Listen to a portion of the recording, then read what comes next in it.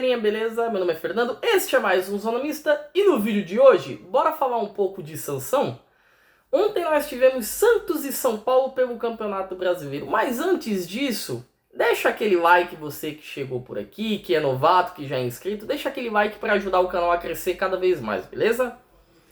Bom, ontem nós tivemos Santos e São Paulo no Urbano Caldeira pelo Campeonato Brasileiro. Tá em dúvida? Urbano Caldeira não conhece? Vamos falar do nome popular. Vila Belmiro. Ontem na famosa Vila Belmiro nós tivemos 1-1 Santos e São Paulo. Realidades um pouco parecidas, momentos um pouco diferentes. Pô, Fernando, realidade parecida? Exatamente, tá? Creio que Santos e São Paulo não vão brigar por nada muito excruciante diferente do que se apresentou no início da temporada. O Santos, na minha consideração, briga para não cair. O São Paulo também briga para não cair. Mas o momento do São Paulo faz com que alguns resultados consigam entregar uma coisa bem diferente e pontos positivos virão. Como a temporada é feita de 12 meses, as equipes oscilam. Então pode ser que daqui para frente o São Paulo passe pelo momento do Santos, o Santos pelo momento do São Paulo, e tá tudo certo, tá, gente? Desses dois aí, eu não vejo nenhum dos dois indo pra Libertadores, por exemplo. É briga pra não cair ou Sul-Americana, por aí, por aí.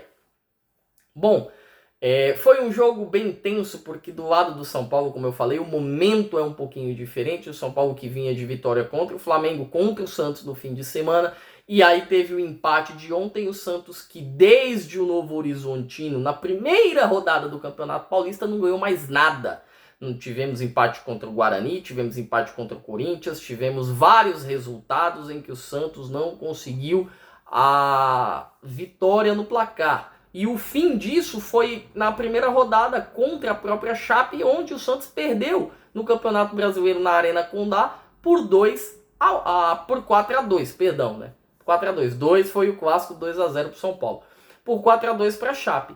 E já tinha um bafafá, já tinha um falatório que se o Vojvoda perdesse o jogo de ontem, ele cairia do Santos. O que eu vou falar daqui a pouco que seria mais um erro. O jogo foi bem fraco, tá? Vamos começar a falar do jogo? Foi bem fraco. Já começa aqui no primeiro tempo, o Santos aos 2 minutos teve uma chance com o Gabigol, que ele chutou. O Rafael fez uma baita de uma defesa, um milagre praticamente a queima-roupa, mas estava impedido, que salvou as costas do Gabigol. Não pode perder um gol como ele perdeu dentro da pequena área. Depois nós tivemos um chute do Bobadilha, que o Brazão fez uma boa defesa. O São Paulo ainda teve uma finalização aos 34, 35 com o Tapia, que ele fez 1-2 com o Bobadilha e chutou para fora. E o Santos não estava chegando até o lance do gol. E no lance do gol, muita gente vai falar: o Rafael falhou. Agora eu vou dar minha opinião impopular. Para mim o Rafael não falhou. Para mim falhou todo o sistema defensivo do São Paulo. Porque no lance do gol o Santos ficou mais ou menos 1 minuto e 20 tocando bola na frente da área. Vai para lá, volta para cá. Até que a bola chega no nosso querido Adonis Frias, que chuta e o Rafael espalma no pé do Zé Rafael. Ele poderia espalmar para fora, para o lado, mas não, ele espalmou no pé do Zé Rafael. Aí eu também acho que foi aliado a uma falha do Sabino, do Arboleda, do Alan Franco, que não marcaram, que não morderam na jogada. O Rafael deu a cereja do bolo que faltava. Ali ele falhou, não foi muito bem.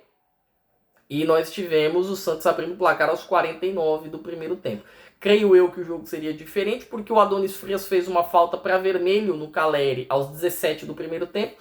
Um lançamento em que o Adonis Frias perdeu na velocidade para o Caleri, não tinha ninguém, isso no meio de campo. Então o Caleri tinha projeção, o Adonis Frias era o último homem e o Caleri ia em direção ao gol. Falaram que a bola estava próxima da lateral, concordo, mas ele tinha campo para ir em direção ao gol. Ele já estava à frente do Adonis Frias, que resolveu puxá-lo, e o Daronco deu apenas o cartão amarelo. Esse eu acho que foi um dos lances capitais do Daronco com relação ao nosso querido Santástico, tá? E assim, Frias fez uma partida péssima, tá? Momentos de 8 e 80, mas vamos falar disso depois. Vem o segundo tempo, e aí o Crespo meio que arruma as coisas, porque você olha para o banco do São Paulo, não que o São Paulo tenha um timaço nem nada, não é nada disso, mas o São Paulo tem mais elenco que o Santos, ele tem mais peças que o Santos. Incrível falar isso. Mas ontem o São Paulo estava no meio campo com Bobadilha, Danielzinho e Pablo Maia. O segundo tempo, o Crespo olhou para o banco, colocou Luciano, Lucas e Marcos Antônio. Já deu uma nova roupagem para o meio campo do São Paulo, já melhorou também o sentido de ataque do São Paulo e o São Paulo foi para cima. Tanto que depois entrou o Ferrarese também, outro nível de zagueiro. A primeira substituição do Santos foi o João Basso. E detalhe, o João Basso nunca jogou com o Vojvoda. O São Paulo conseguiu melhorar, conseguiu um melhor volume de jogo e numa jogada pela lateral direita, uma boa transição rápida ali no caminho do Santos, o Mike, ele toca para o Lucas que conseguiu ir bem, passou pelo Escobar, cruzou na cabeça do Calleri e o Calleri fez o gol de 1-1, tá? Como tem estrela o Calleri contra o Santos, né, gente? Como tem estrela, é a maior vítima do Calleri, o Calleri parece que incorpora contra o Santos. E aí eu imaginei, vendo o jogo, eu estava fazendo a narração do campeonato rondoniense e estava vendo o jogo ao mesmo tempo, eu estava com a impressão nítida que o São Paulo poderia virar o jogo.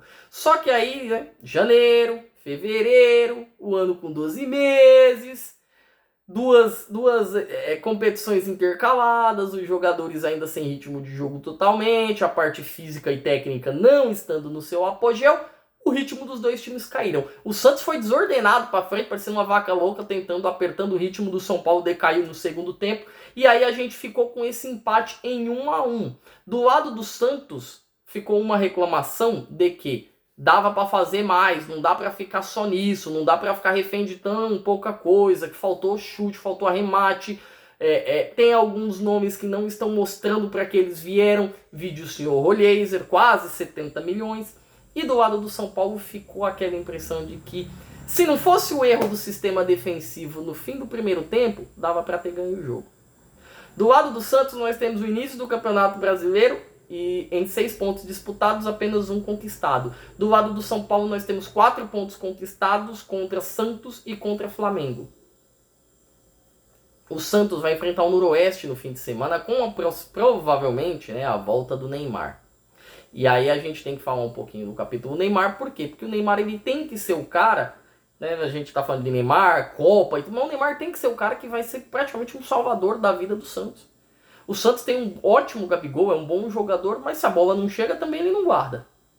Não dá pra ele buscar a bola no meio de campo e estar no ataque. Ele não pode ser arco e flecha ao mesmo tempo, tá? Isso não existe no futebol. O Santos vai precisar do Neymar. O Santos, pra galgar coisas maiores na temporada, vai precisar do Neymar. E é óbvio, é nítido isso. E aí nós temos também a torcida organizada do Santos, que rompeu com o presidente Marcelo Teixeira.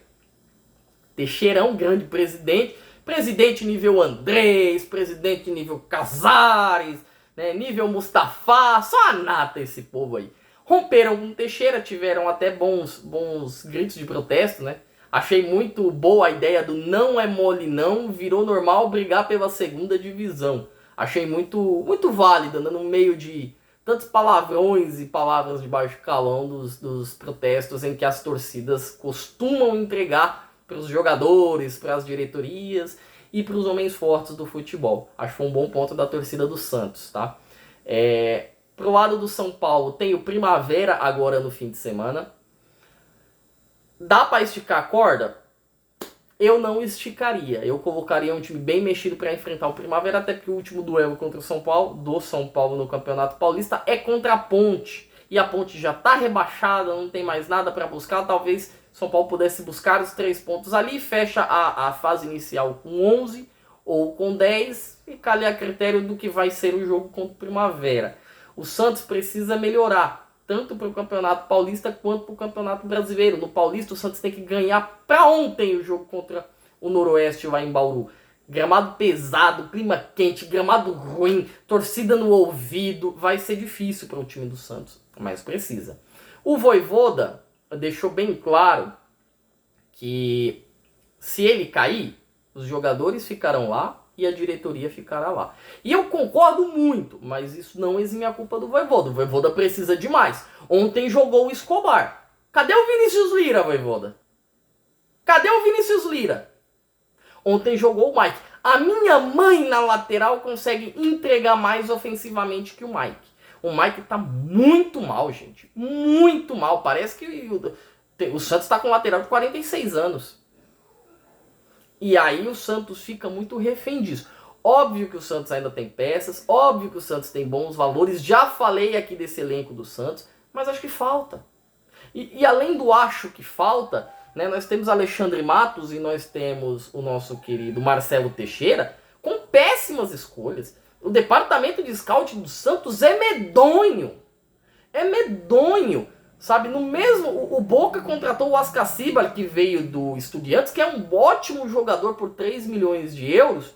E o Santos nenhuma oferta fez. O Santos perdeu o Loyola, né? O Felipe Loyola. E não tem uma reposição. Opa, perdemos o Loyola, vamos atrás de alguém. O Santos perdeu o Bilal. O Bilal foi embora. Lá ele. O Bilal foi embora. Tá lá no Estrela Amadora de Portugal. Bilal, esse que aqui no Santos ganha 750 mil reais e parte do salário quem paga é o Santos. Ou seja, o cara não tá no Brasil, o cara não joga no Brasil, o cara é do Santos e o Santos paga pra ele jogar em outro país. Gestão! É, rapaz, é dose, viu, cara? É dose. O Cabadeiro tá indo embora. Ah, Fernando, veio o Rony. Característica é diferente. O Rony é um cara mais brigador e tudo. Não tem a velocidade do Cabadeiro. Santos precisa de mais velocidade, de mais impulsividade ali nas alas, porque não tem. Santos tem um ótimo Gabigol, um ótimo Neymar. O Santos tem um bom Barreal. Mas tá faltando profundidade. Falta lateralizar o jogo, que ainda tá faltando. Porque se depender do Mike, se depender do Escobar, bota minha mãe na lateral, que ela lateraliza melhor que esses dois. Pode botar minha mãe ali, não tem problema nenhum. Do lado do São Paulo, nós temos uma equipe que aos poucos está tentando se encontrar e se ajustar. Gostei da partida do Mike. Temos o Wendel, que não entrega nada. É inacreditável como o São Paulo paga 1 milhão para o Wendel e o Wendel não joga.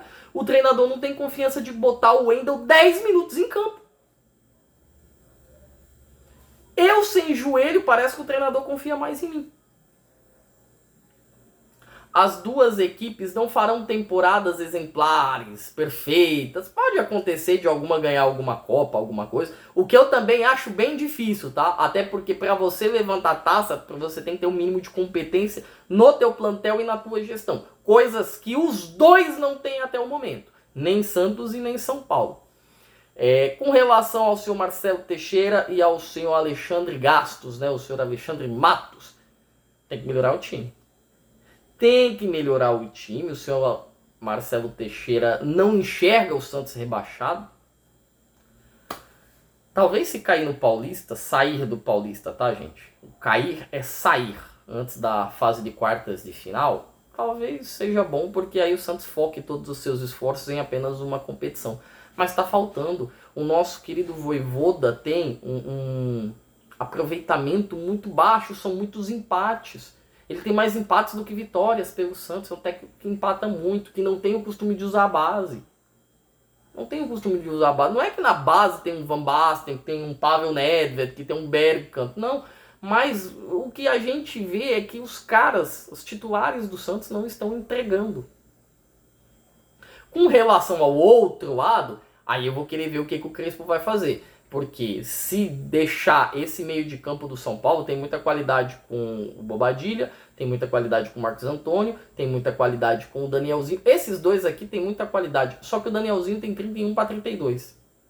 O Marcos Antônio não é o cara que tem um físico exemplar, tem 25, mas não tem um físico exemplar. Precisa ajustar, o São Paulo precisa remodelar. Para isso o São Paulo tem peças, o São Paulo tem o Matheus Santana, o São Paulo tem o Jordan, que é um ótimo volante, o São Paulo tem o Pedro Ferreira, que é um senhor meio campista, mas vai precisar ajustar a base com o profissional para deixar o time mais equalizado, mais equilibrado.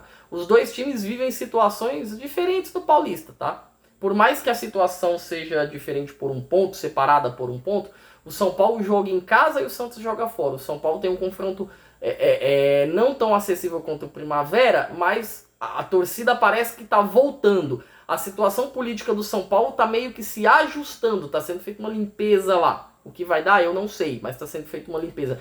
Enquanto no Santos é um ponto para baixo, o Santos joga fora, a torcida está numa pira junto com os jogadores, com o Vojvoda, com a diretoria, ninguém está falando a mesma língua e ainda tem a diretoria do Santos que está simplesmente no olho desse furacão, colocando que tudo está na maior perfeição. Não é por aí que as coisas vão. Não é por aí. Se as coisas não melhorarem, o Santos vai sofrer até dezembro.